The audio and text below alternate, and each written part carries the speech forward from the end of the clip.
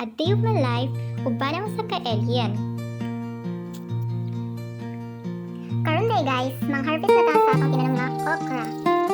Ato na siyang harvestan kay every 2 days dali na siya kayo mo grow. So, na siya katasunog after 2 days. Pwede nimo siya harvestan kada adlaw kay kada adlaw siya mudakko. Dali na kayo ang okra mudakko.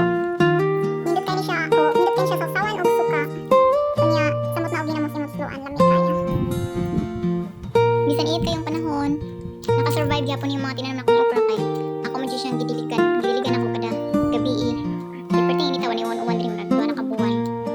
Muna guys, magkugira ta guys para di na ta mapalit sa market kay mahal kay mga utanon karon.